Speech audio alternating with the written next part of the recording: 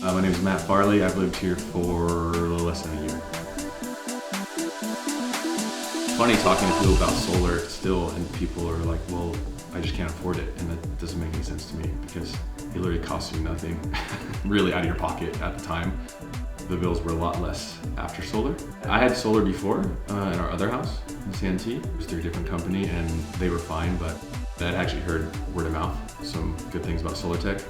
Got in contact with SolarTech and they were always really responsive, really friendly, came out right away. All the people that came and met with us, you know, were honest and open, and they weren't trying to hard sell anything.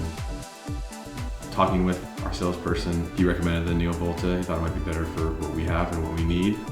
The week after we got the battery, the power was out for a whole day, and we were here the whole day and we really wouldn't have noticed, except, you know, you can't run the AC because that's a lot, but we really wouldn't have noticed the TV, the lights, the fridge, everything. The whole house pretty much works. This is my second time having solar on the house, and it's been great. The last time we had solar, we got to sell our house for like $50,000 more because it was paid off and we had solar, so it adds value to our home. Being able to do something to kind of bit off the grid a little bit, to be less carbon footprint, to help the environment, and then save money at the same time with the tax breaks and everything. I don't really understand for most people why you wouldn't do it.